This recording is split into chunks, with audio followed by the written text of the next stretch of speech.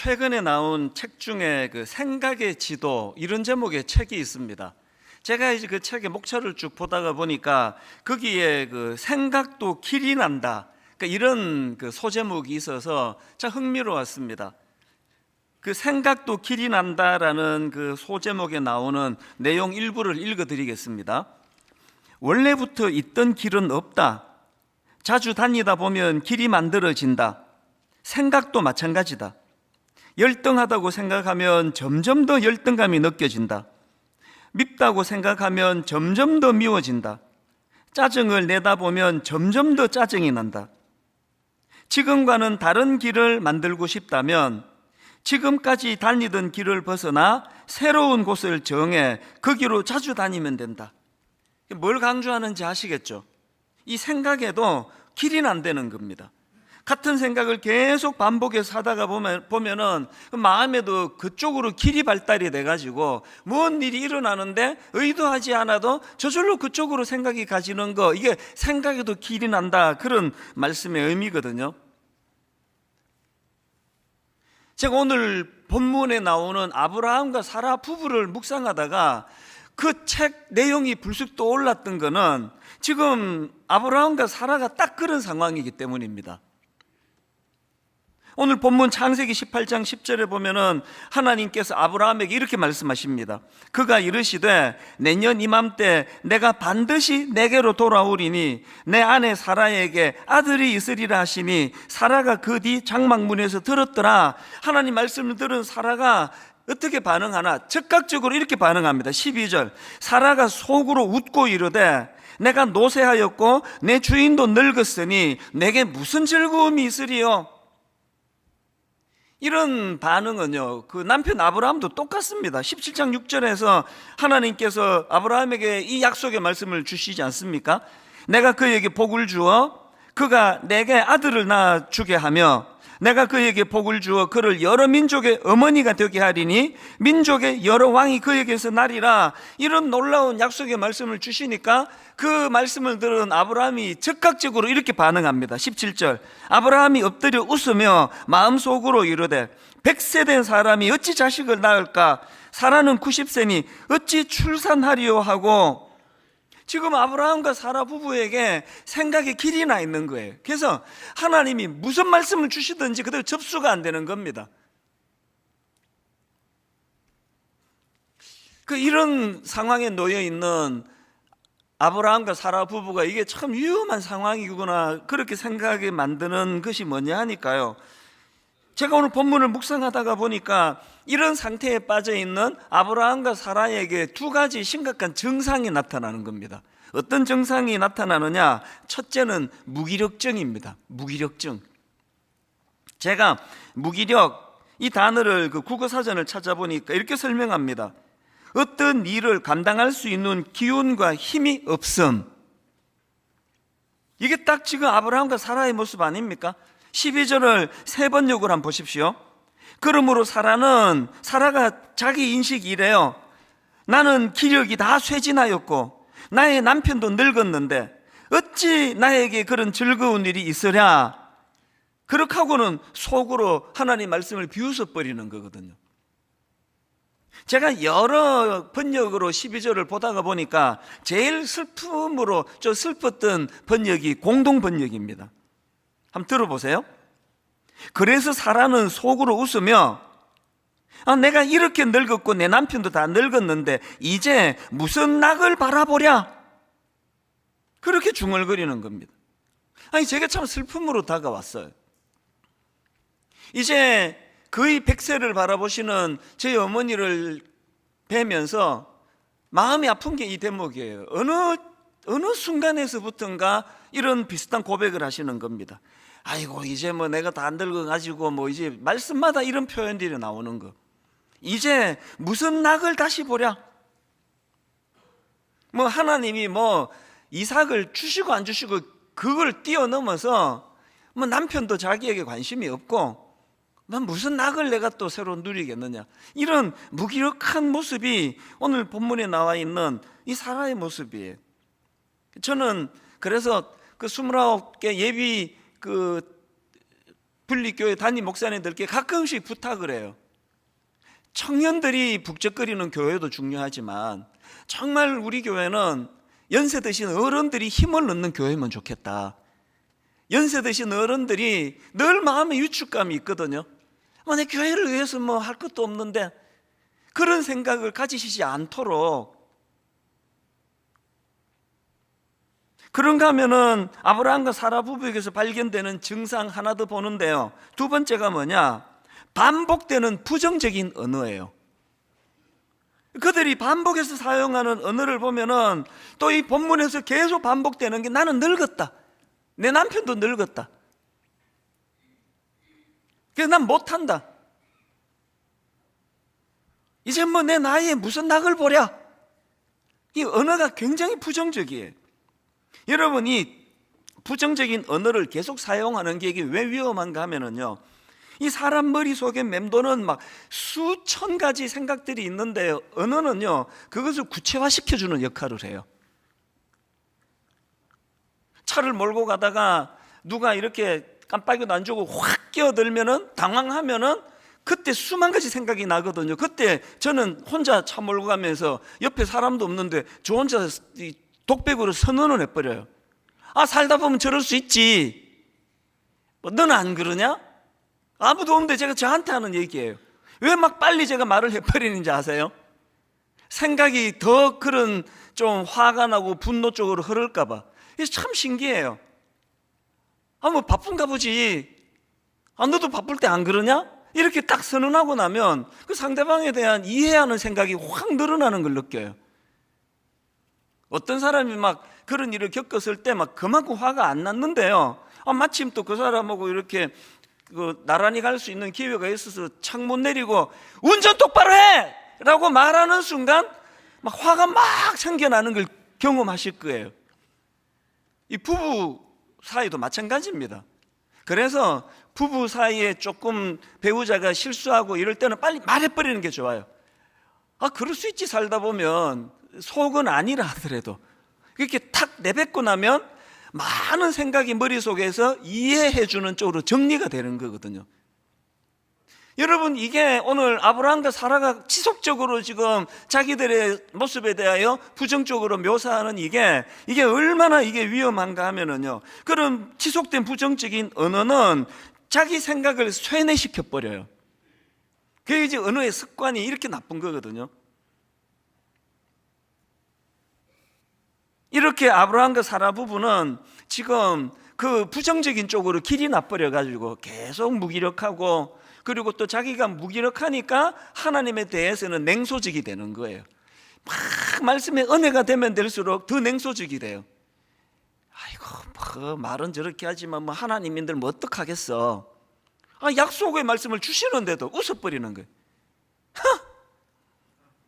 방금 제가 잘했나요? 굉장히 기분 나빠, 상대방이 들으면. 이런 무기력증과 또 부정적인 생각과 언어에 사로잡힌 아브라함과 사라 부부인데요, 하나님께서는 오늘 본문에서 참 놀라운 말씀으로 그 내면의 그 잘못된 생각과 말을 깨트리는 강력한 말씀을 주십니다. 이게 저에게도 굉장히 도전이 됐는데요. 자, 본문 13절 14절을 보십시오. 여호와께서 아브라함에게 이르시되 사라가 왜 웃으며 이르기를 내가 늙었거늘 어떻게 아들을 낳으리요 하느냐. 그리고는 대안이 14절에 여호와께 능하지 못한 일이 있겠느냐.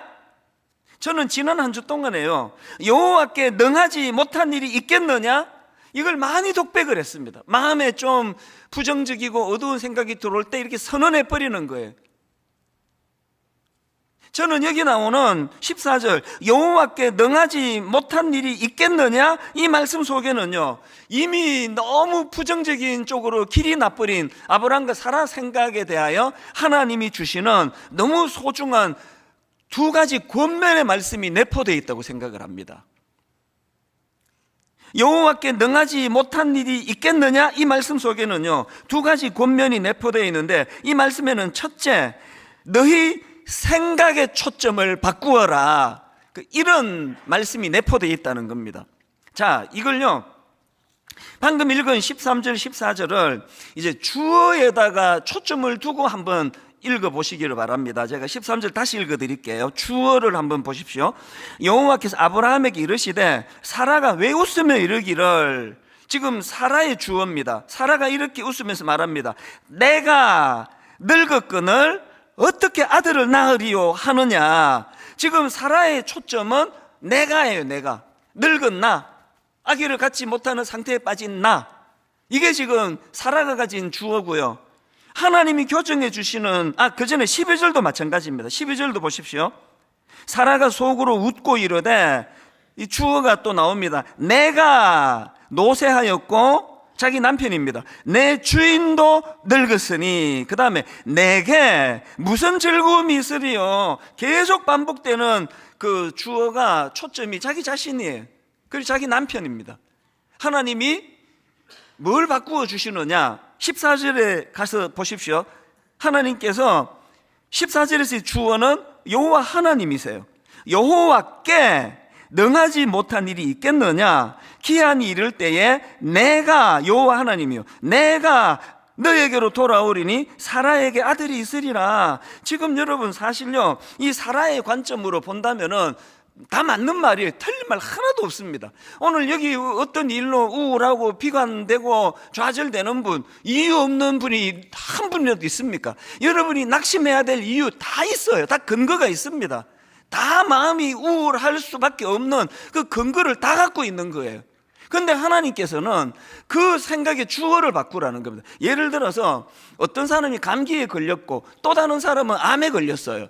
그걸 자기가 해결하는 입장이라면요, 감기는 몇천 원 안 들고 또 별로 안 아프고 나아요. 암은 많은 대가 지불이 필요하고 또 수고가 필요하고 그런 게 필요합니다. 그런데 어차피 지금 이 초점이 주어라면 감기든 암이든 그것을 뛰어넘어 일하시는 하나님이 하시겠다는 거거든요.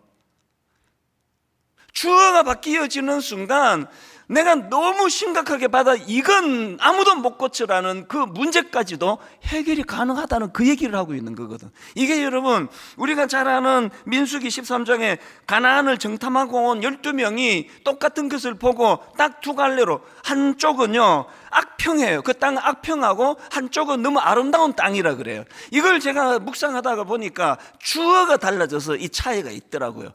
자, 10명의 정탐꾼들의 부정적인 반응을 민수기 13장 32절에서 나옵니다. 이스라엘 자손 앞에서 그 정탐한 땅을 어떻게 해요? 악평하여 이르되, 우리가 두루다니며 정탐한 땅은 그 주민을 삼키는 땅이요, 거기서 본 모든 백성은 신장이 장대한 자들이며 거기서 네피림 후손인 아낙 자손의 거인들을 보았나니, 또 주어가 우리입니다. 우리는 스스로 보기에도 메뚜기 같으니 그들이 보기에도 그와 같았을 것이니라. 지금 그 상황과 사물을 바라보는 그 주어가 우리는, 그러니까 결론은 우리는 정말 메뚜기 같다, 참 비참하다, 초라하다, 이렇게 결론이 날 수밖에 없는데요. 그 다음에 그 생각의 초점을 바꾼 요수아와 갈렙의 평가를 보십시오. 민수기 14장 7절. 이스라엘 자손의 온 회중에게 말하여 이르되, 우리가 두루다니며 정탐한 땅은 심히 아름다운 땅이라. 완전히 다른 평가예요. 이 어떻게 이런 다른 평가가 가능했나? 그 다음 8절에 주어가 하나님이에요. 여호와께서 우리를 기뻐하시면 우리를 그 땅으로 인도하여 들이시고 그 땅을 우리에게 주시리라. 이는 과연 젖과 꿀이 흐르는 땅이니라. 생각의 초점을 자기에게 맞추면 스스로 보기에 메뚜기 같은 존재라는 비관밖에 나오지 않습니다. 목회 20년, 분당 우리 개척 20년 동안에 끊임없이 제가 싸워야 했던 싸움이 이 싸움이에요. 그건 경력이 쌓인, 지금도 마찬가지예요. 틈만 나면 내 안에 비실비실 비집고 들어오는 게 열등감입니다. 틈만 나면은 그것 때문에 우울한 게 인간이에요. 그래서 싸우는 거예요. 자꾸 내 생각의 주어를 바꾸는 겁니다. 여호와께서 우리를 기뻐하시면, 규모가 얼마나 크고 작고 해야 될 일이 지금 이 교회 섬기는 것만 해도 머리가 복잡한데 이제 가평 우리 마을도 해야 되고, 이제 가평 우리 마을은 이제 가짜도 안 나와요. 이 1만 성도 파수 운동이 너무 머리에 꽉 차가지고. 그리고 이제 4월부터는 또 드림센터 사회환원은 또 어떻게 해야 되느냐고요. 할 일이 머리가 터질 것 같은데, 그런데 그런 상황에서 여호와께서 우리를 기뻐하시면 우리를 그 땅으로 인도하여 드리시고, 그래서 제 목회가 너무나 아름다운 목회가 되는 거고요. 아무것도 일거리도 별로 없는 그런 자리에 있다 하더라도 주어가 제가 되면 저는 초라한 메뚜기가 되는 게, 메뚜기. 그냥 다리 들고 딱딱 두 번만 흔들면 뚝 부러지는 게 그 메뚜기 아닙니까? 다리가 뚝 부러지는 게. 하나님의 권면은요, 여호와께 능하지 못한 일이 있겠느냐, 너의 시선을 좀 옮겨라, 이런 권면이 있고요. 그 다음 두 번째로 이 말씀에는 감탄과, 하나님으로 인한 감탄과 경이로움을 회복하라, 이 명령의 말씀이에요. 이게 뭔지 설명을 드릴게요. 14절을 다시 보십시오. 여호와께 능하지 못한 일이 있겠느냐, 기한이 이를 때에 내가 내게로 돌아오리니 사라에게 아들이 있으리라. 여기 나오는 여호와께 능하지 못한 일이 있겠느냐, 이 말을 분석을 하면은요, 여기 나오는 능하지 못한 할 때 능하다라는 이 단어는 능력을 가지다, 놀랍게 여기다, 경이롭게 여기다, 이런 뜻을 가진 팔라라는 단어예요. 이 단어가 시편 71편에도 나오는데 17절입니다. 하나님이여 나를 어려서부터 교훈하셨으므로 내가 지금까지 주의 기이한 일들을 전하였나이다. 여기 나오는 기이한 일, 이게 오늘 본문에 나오는 팔라예요. 기이한 일. 이 단어가 요수아 3장 5절에도 나옵니다. 요수아가 또 백성에게 이르되 너희는 자신을 성결하게 하라. 여호와께서 내일 너희 가운데에 기이한 일들을 행하시리라. 여기 나오는 기이한 일, 이 팔라예요. 저는 이 말씀을 보면서요, 지금 지도자 요수아가 백성들에게 너희는 자신을 성결하게 해라, 하나님의 백성다운 그런 어떤 그 모습을 갖추어라, 거룩해라, 이런 말씀을 주시면서 왜 여호와께서 내일 너희 가운데 기이한 일을 행하시리라, 이런 기대감도 함께 주고 있는 겁니까? 제가 깨달은 게 뭔지 아십니까? 여러분, 우리가 악한 이 세상에 물들지 않기 위해서는요, 해야 되는 게 있습니다. 여호와의 기이한 일들에 대하여, 하나님 하신 일들에 대하여 감탄과 경이로움을 회복하는 거예요. 조금 전에 언급해드렸던 시편 71편도 마찬가지입니다. 17절 다시 보시겠습니까? 하나님이여 나를 어려서부터 교훈하셨으므로 내가 지금까지 주의 기이한 일들을 전하였나이다. 그리고는 18절입니다. 세 번요. 내가 이제 늙어서 머리카락에 희끗희끗 인생의 서리가 내렸어도, 이거 보니까 지금 아브라함과 사라하고 상황이 같아요. 나이가 드신 분이에요. 내가 이제 늙어서 머리카락에 희끗희끗 인생의 서리가 내렸어도 하나님 나를 버리지 마십시오. 그 다음 보세요. 주님께서 팔을 펴서 나타내 보이신 그 능력을 오고 오는 세대에 전하렵니다. 지금 이 똑같이 늙어서라고 표현하는 나이 드신 이 시편 시인하고 아브라함과 사라가 결정적으로 다른 게 뭡니까? 지금 이 나이 드신 머리카락이 희끗희끗한 인생의 서리가 내렸다고 표현하는 이 시편 71편의 이 시인은요, 뭘 계속 드러내는 겁니까? 내가 지금까지 주의 기이한 일들, 젊은 시절에 하나님이 하나님 없이는 설명할 수 없는 너무나 놀라운 일들을 맛보게 하셨는데, 이제 나이가 들어서 뭐라고요? 내 다음 세대에게, 오고 오는 세대에게 이 하나님의 기이한 일들, 하나님이 하셨던 놀라운 일들, 이 경이로움을 후대에 전하는 일을 하겠습니다. 하나님 이거 잘할 수 있도록 도와주세요. 저 그렇게 기도하는 거거든요. 나이 들어가시면서, 여기 나이 들어가지 않는 분이 누가 있습니까? 나이 들어가시면서 아브라함과 사라의 길로 가시렵니까? 이 귀한 시편 71편의 아름다운 시인의 길로 가시렵니까?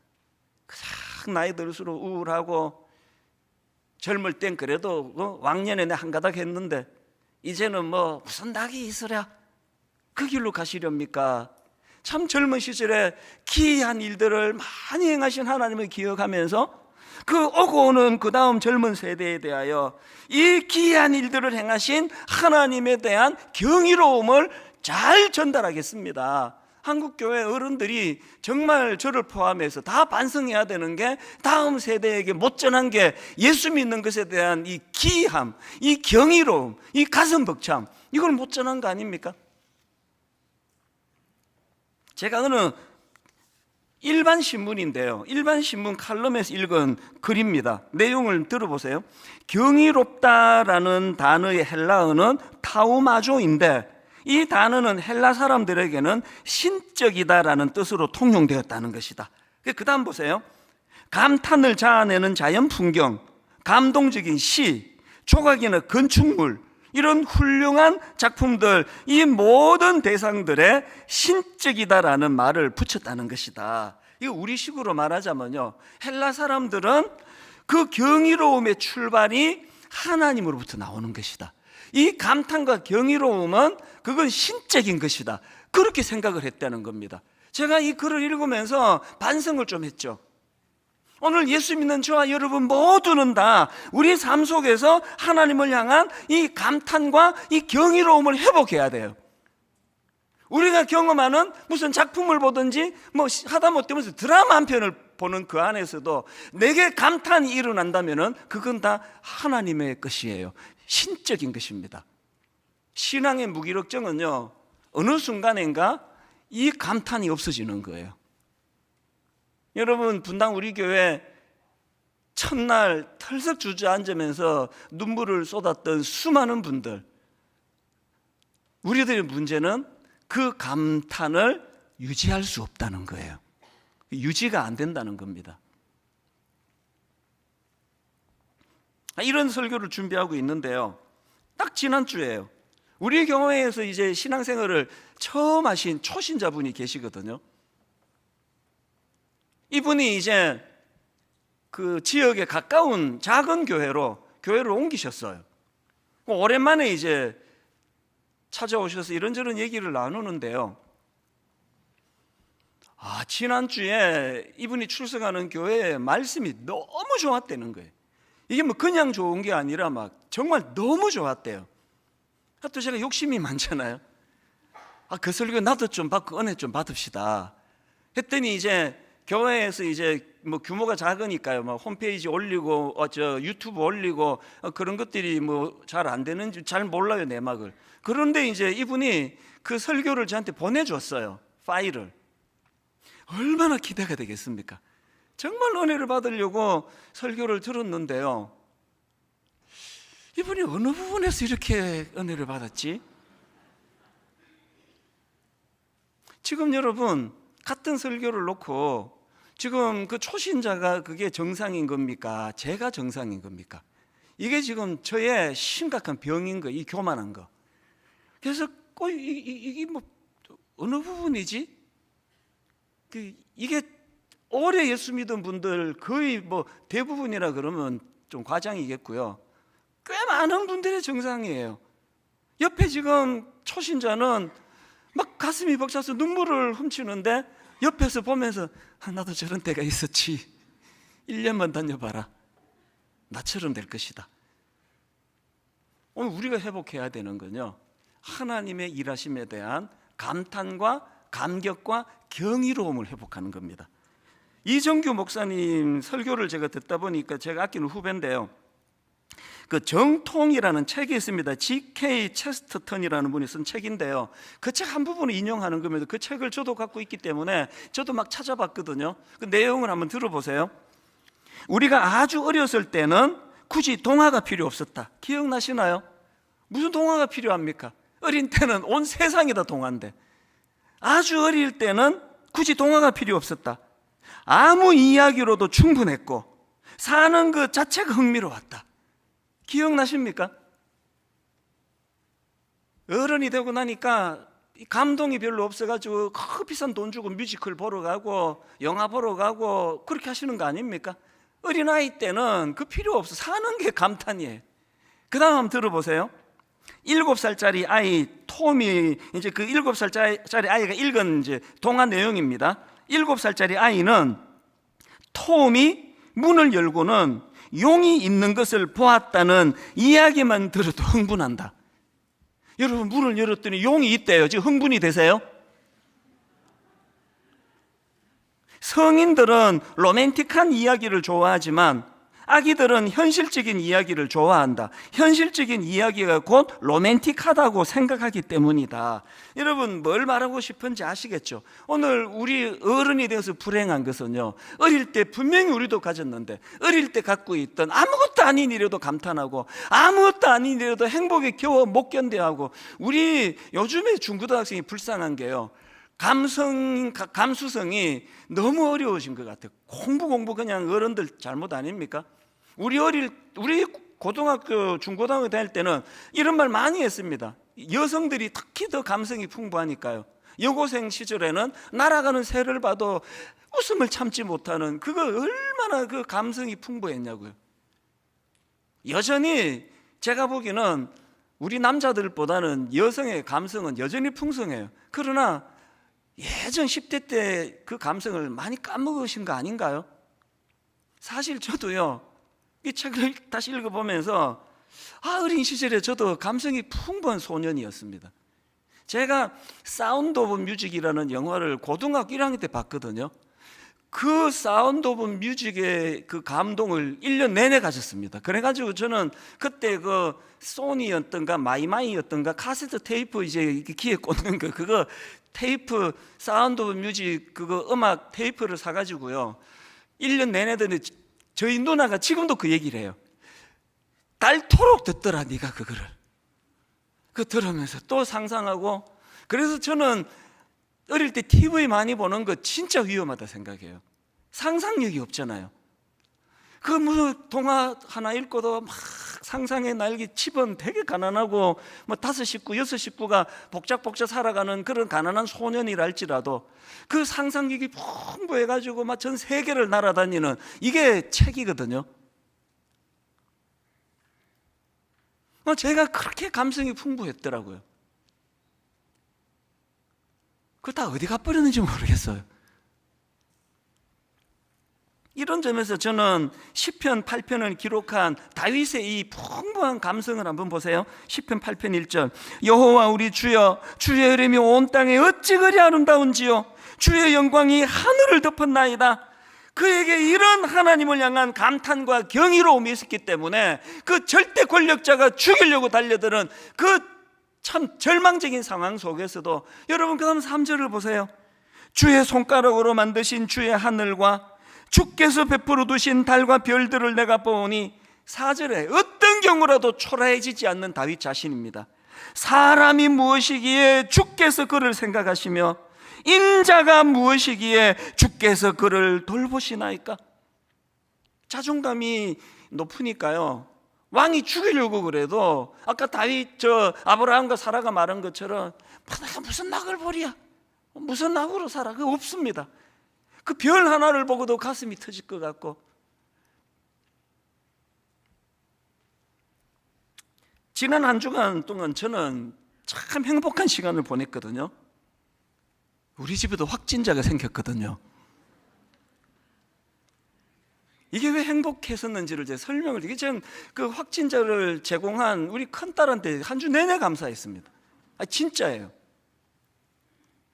이게 왜 행복을 가져다 줬냐 하니까요, 이제 딱 지난 일주일 전이네, 지난 주일 저녁에 이제 저희 큰딸이, 이게 이제 제가 큰딸이라고 밝히는 게, 이러면 이제 둘째 딸한테 계속 너지 계속 그런다 그래서 이제 출처를 분명히 밝히려고, 큰딸입니다. 얘가 갑자기 이제 목이 붓고 뭐 상태가 좋지 않다고, 그래서 이제 검사를, 그 다음날 가서 검사를 했더니 이게 양성이 나와서 이제 확진자가 됐어요. 그래서 제가 바로 이제 그 검사소에 가가지고 PCR 검사를 받고, 아예 이제 그날 저는 짐 싸고 가출을 했습니다. 왜냐하니까 당장 이제 어제였죠. 그 토요일 지금 결혼식 추례가 있는데, 추례하는 사람이 확진돼가지고 이 추례를 못하면 그 결혼이 그 사람에게 얼마나 소중한데. 그리고 이제 지금 1만 성도 파송도 2주 남겨놓고 있는데, 지금 이 설교 흐름 하나가 다 하나님이 정교하게 주시는 주제인데, 내가 이 설교를 못하면 어떡하냐고. 그래서 제가 아예 이제 짐 싸가지고 집을 나와버려가지고 정말 참 방황하는 한 주를 보냈습니다.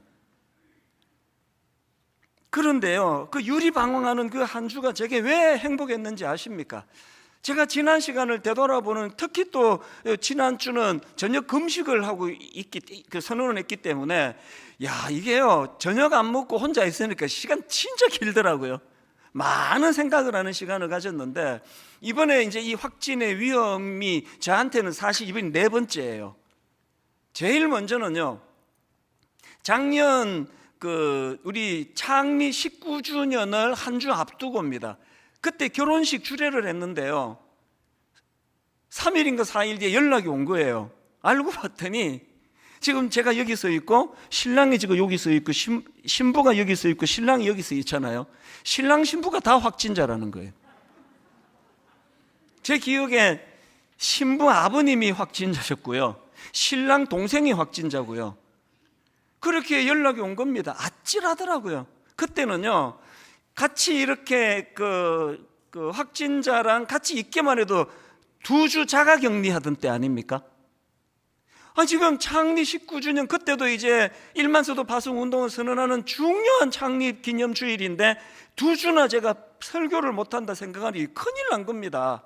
그래서 그 소식을 듣자마자 이제 그때도 병원으로 가서 PCR 검사를 받았는데 기적이 일어난 거예요. 2가지인데요, 하나는 음성이 나왔습니다. 그때도 괜찮았습니다.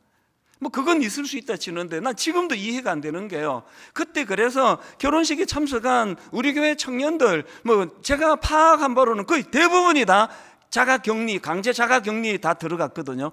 그런데 신기하게 그 다음날 저한테 당국이 연락을 주기를, 저는 자가격리 강제 안 해도 된다는 겁니다. 매일매일 이제 연락 올 때마다 상황만 보고하면 되는데 자유롭게 활동하라는 겁니다.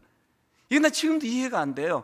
가장 가까이서 대면한 저는 풀어주고, 왜 하객들은 그렇게 묶어놨는지, 그게 저는 하나님의 은혜라고 생각하거든요. 그래서 창립기념주의를 아무 어려움 없이 이런 걸요 4번 겪은 게, 마지막 4번이 이제 지난주 우리 딸 이야기인데요, 마지막 4번째는 진짜 심각했습니다. 왜 심각했냐 하니까, 이 아이가 이제 주일 저녁에 약간의 증상이 나타나서 긴가민가 할 때인데요, 저녁에 이제 자려고 누웠는데 저한테 와가지고 인생 상담을 좀 해야 되겠대요. 그래서 이제 사회생활 하면서 일어나는 이런 문제에 대해서 이제 마음이 이게 이제 얘한테는 급하니까, 그래서 이제 뭐 코앞에 침대에 누워가지고 두런두런 이야기를 했는데, 그날따라 또 제가 또 이게 말이 좀 잘 풀리더라고요. 얘가 되게 흡족해 해요. 그렇다고 그러면서 이제 기뻐가지고 나가면서 악수까지 청하더라고. 그래서 손을 막 잡고 확진자하고, 그렇게 하고 이제 그 다음날 얘는 확진 판정을 받았으니까, 이건 뭐 100% 확진 아닙니까? 이건 뭐 100% 아닙니까? 그랬는데 PCR 검사에서 제가 음성이 나왔다는 거예요. 그러니까 그 하나님 없이는 이게 설명이 안 되는 일이다. 이 어떻게 이런 일이 일어났냐고 감격이 돼가지고 제가 이제 설명드릴게요. 왜 지난 한 주간이 그렇게 황홀하게 기뻤는가? 저녁에 시간이 많으니까요, 이제 이번 일을 포함해서 목회하는 지난 30년 내내 하나님 이름 석자 없이는 설명할 수 없는 기적 같은 일들이 너무 많이 일어난 내 삶을 돌아보게 된 거예요. 그게 너무 감격이 되는 겁니다. 너무 기쁜 거예요. 내 마음속에서 이 사실 제가 이번에 큰 거 깨달았는데요, 행복은요, 여러분, 행복은 장소의 문제가 아니더라고요. 가족을 떠나 있는데 되게 불편했거든요. 이제 아침에 일어나가지고 집에 가가지고 내 집인데 들어가지도 못해요. 가면은 이제 제 아내가 바깥 문고리에다가 도시락을 이렇게 걸어놔요. 그러면 도시락 찾아가지고, 내 집인데 도시락 찾아가지고 교회 와가지고 혼자 먹고요, 오후에 그 도시락을 또 갖다 줘요. 그럼 그 다음날 또 이제 새 걸로 해가지고 또 문고리를 걸어서 줘요. 이런 처량한 일주일을 보냈는데, 내가 진심으로 우리 큰딸한테 감사했던 게, 그 시간을 통해 제가 이번에 설교하면서 되돌아보니까 이게 하나님의 뜻인 거예요. 왜? 오늘 이 설교를 해야 되니까. 이론에 젖은 설교가 아니라 실제적으로 경이로우신 하나님을 먼저 경험하고 이 감격으로 설교하라고 하나님이 배려해 주신 거가 되더라고요. 결론은 이렇게 맺기를 원합니다. 그 영화 같은 거 보면 이제 다 하고 맨 마지막에 그 후 1년 뒤 뭐 이런 게 나오잖아요. 제가 오늘 설교를 그렇게 맺으려고 해요. 오늘 본문을 다 설명을 드렸고요, 그 후 1년 뒤, 이제 하나님이 약속하신 대로 이삭을 선물로 주세요. 자, 그걸 배경으로 한 창세기 21장 1절부터 한번 보십시오. 여호와께서 말씀하신 대로 사라를 돌보셨고 여호와께서 말씀하신 대로 사라에게 행하셨으므로 사라가 임신하고 하나님이 말씀하신 시기가 되어 노년에 아브라함에게 아들을 낳으니 아브라함이 그에게 태어난 아들 곧 사라가 자기에게 낳은 아들을 이름하여 이삭이라 하였고 그 아들 이삭이 난 지 8일 만에 그가 하나님이 명령하신 대로 할례를 행하였더라. 그리고 그 다음 5절을 내가 읽기 위하여 1년 뒤를 돌아보는 겁니다. 6절 사라가 이르되 하나님이 나를 웃게 하시니 듣는 자가 다 나와 함께 웃으리로다. 저는 이 대목에서 진짜 눈물이 나려고 해요. 무기력하기 짝이 없던 사라, 자기 스스로에 대해서는 무기력증에 빠져 있고 하나님에 대해서는 냉소한 상태로 하나님을 비웃을 수밖에 없었던 사라. 여러분, 우리 하나님은요, 사라의 비웃음을 감격의 웃음으로 바꾸어 주시는 분이세요. 그래서 하나님이 지어주신 이름 아닙니까? 이삭이라는 이름의 뜻 자체가 웃음이라는 뜻입니다. 이거 아십니까? 정말 살맛 나지 않는 세상이라 자영업자들을 생각하면 정말 잠이 안 와요. 어떻게 견디고 계실까? 너무 살맛 나지 않는 세상이라, 비관적인 세상이라 답답해하는 그 상황에서도 오늘 우리가 붙잡아야 되는 건 여기에요. 14절에 보니까 여호와가 말씀하신 대로 사라를 돌보셨고 그 다음에 여호와께서 말씀하신 대로 사라에게 행하셨음이에요. 우리가 그 하나님 말씀을 붙잡을 때 그 말씀이 우리로 하여금 그 비웃음을 환희의 웃음으로 바꾸어 주시는 하나님이심을 맛보게 될 줄로 믿습니다. 여러분, 나를 웃게 하시는 하나님, 비웃음 아닙니다. 너무 기쁨에 겨워 웃게 하시는 하나님, 이 설교를 하도록 하나님 지난 한 주 내내 집을 떠나 열악한 환경 속에서 그럼에도 불구하고 나를 웃게 하신 하나님, 그 목사가 여러분에게 지금 그 복음을 전하고 있는 거거든요. 오늘 여러분, 그 다윗의 그 감격에 찬 시편 8편을 가지고 만든 이 찬양을 같이 부를 텐데요, 우리 한번 이 찬양을 좀 마음으로 느껴보고 누리면 좋겠습니다. 여호와 우리 주여, 주의 이름이 온 땅에 어찌 그리 아름다운지요. 가사를 생각하시면서 또 오늘 말씀을 한번 쭉 정리하시면서 함께 찬양합니다. 여호와 우리 주여,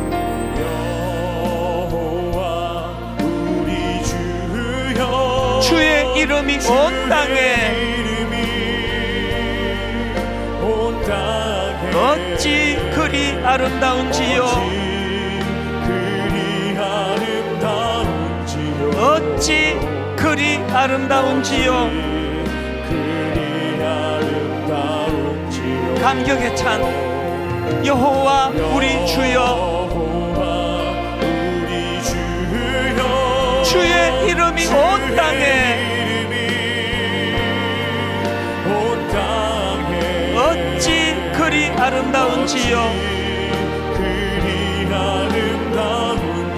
어찌 그리 아름다운지요.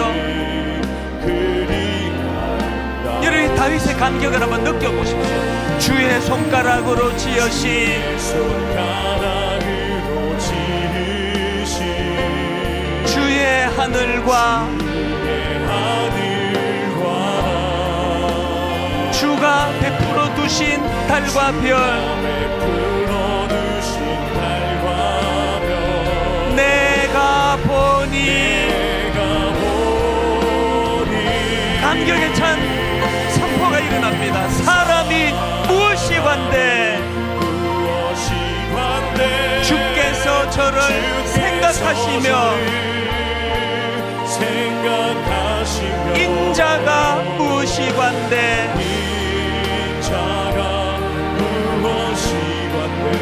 저를 권고하시나이까.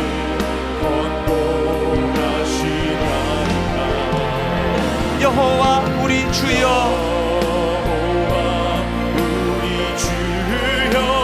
주의 이름이 온 땅에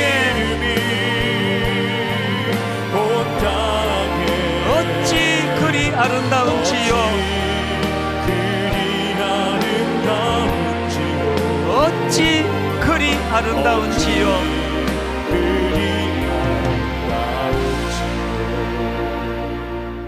이 찬양 한 번 더 부르려고 하는데요, 이제 좀 방향을 바꾸어서 부르면 좋겠거든요. 방금 불렀던 것은 다윗의 고백을 우리가 빌려서 부른 찬양이에요. 그 다윗의 고백이에요. 이거 우리 거로 만들어 부르자는 겁니다. 지난 한 주간 제가 상징적으로 겪었던 환경이 불편하고 집에도 못 들어가고 잠자리도 불편하고 막 침침해가지고 저녁에 책도 못 읽고 그런 상황 속에서 제가 겪었던 나를 웃게 하시는 하나님을 경험했다면, 현장에 있는 여러분들은 이 정도가 아니라 진짜 힘드신 거 알아요. 너무너무 힘든 거 아는데요, 그 힘든 상황 속에서 이제 이것이 다윗의 시가 아니라 내 고백으로 한번 불러보면 좋겠습니다. 한마디 한마디 하나님 앞에 이렇게 우리가 찬양을 불러드립니다. 다시 한번 이렇게 찬양하겠습니다. 여호와 우리 주여, 주의 이름이 온 땅에, 여호와 우리 주여, 주의 이름이 온 땅에 어찌 그리 아름다운지요.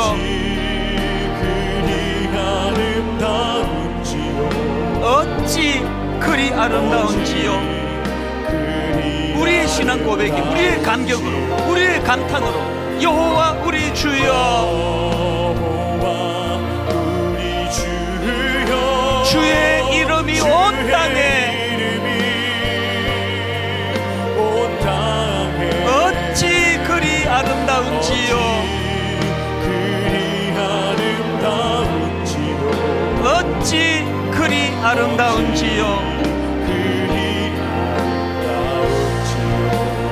주의 손가락으로 지으신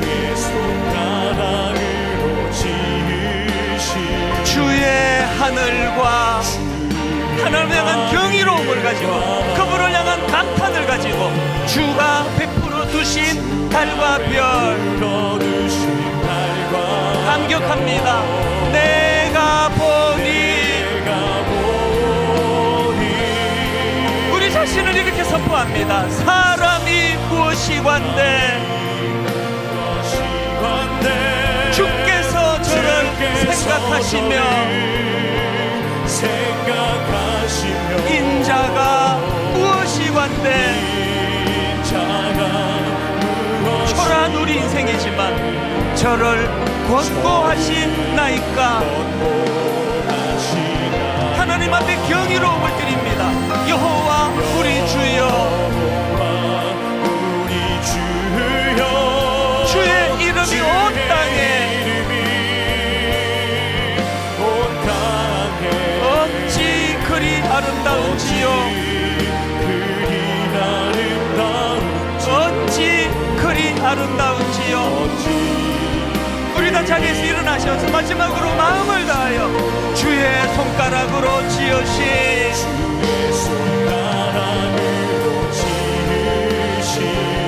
주의 하늘과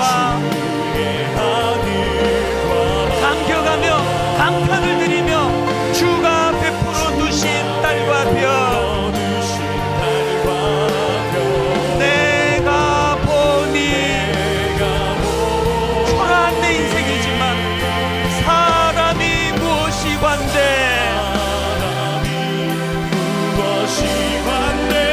주께서 저를 생각하시며 인자가 무엇이관대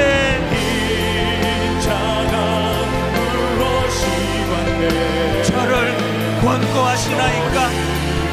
여러분, 우리 절대 초라하지 않습니다. 결단토리 초라한 인생 아닙니다. 여호와 우리 주여, 주의 이름이 온 땅에 어찌 그리 아름다운지요. 어찌 그리 아름다운지요. 하나님의 이 권면을 받으십시오. 첫째, 생각의 초점을 바꾸셔야 됩니다. 내가가 아닙니다. 내가로 나가는 인생 끝에는 항상 더 이상 무슨 낙이 있으랴. 내가가 아니에요. 그분이에요.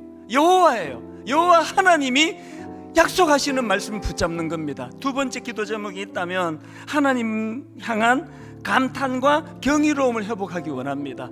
너무 깔아앉아 있는 거 아닙니까?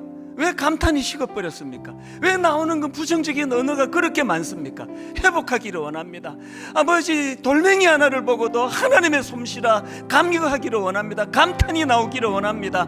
하나님의 하심에 대한 경이로움을 아버지 내 인생에서 흘려보내기 원합니다. 한 목소리로 합심하여 같이 기도하시겠습니다. 살아계신 하나님 아버지, 오늘 하나님의 말씀을 내 영혼이 받습니다.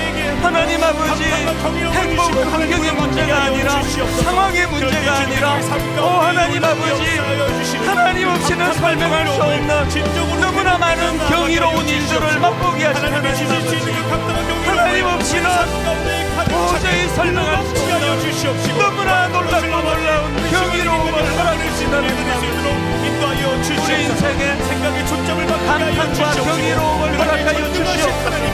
하나님, 우리 삶 가운데 나 자신이 주어가 되면 내가 뭘 행하겠다고 나아가면 우리는 메뚜기처럼 초라한 인생으로 전락할 수밖에 없습니다. 내가 아니라 그분입니다. 하나님, 우리가 아니라 그분이 하십니다. 아무리 우리 생각으로 이거 불가능하다 할지라도 하나님 전능하신 하나님, 그 하나님을 의지하며 바라보며 달려가기를 원합니다. 우리 생각의 중심이 바뀌시기를 원합니다. 하나님 하신 일들에 대하여 감탄과 경이로움을 선포하기를 원합니다. 젊을 때부터 되었던 그 많은 감탄과 감격을 다음 세대에 흘려보내기를 원합니다. 아버지, 그들에게 전하기를 원합니다. 이번 한 주간 은혜를 누리게 하여 주시옵소서.